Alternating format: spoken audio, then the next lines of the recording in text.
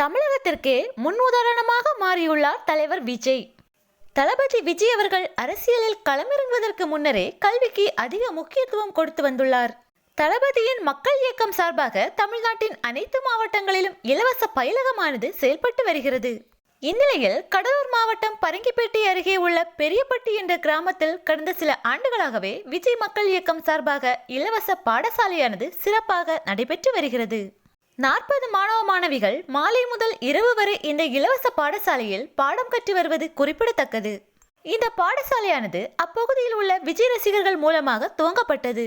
பின்னர் இதுபோன்று தொடர்ந்து சிறப்பாக செயல்படுவது தளபதி விஜயின் கவனத்திற்கு கொண்டு செல்லப்பட்டது. இந்த பாடசாலையின் அறிவிப்பு வெளியான நிலையில் இந்த இலவச பாடசாலையின் புகைப்படங்கள் தற்போது இணையதளத்தில் வேகமாக பரவி வருகிறது. தமிழகத்திற்கே முன்னுதாரணமாக இந்த இலவச பாடசாலையானது தற்போது இயங்கி வருகிறது.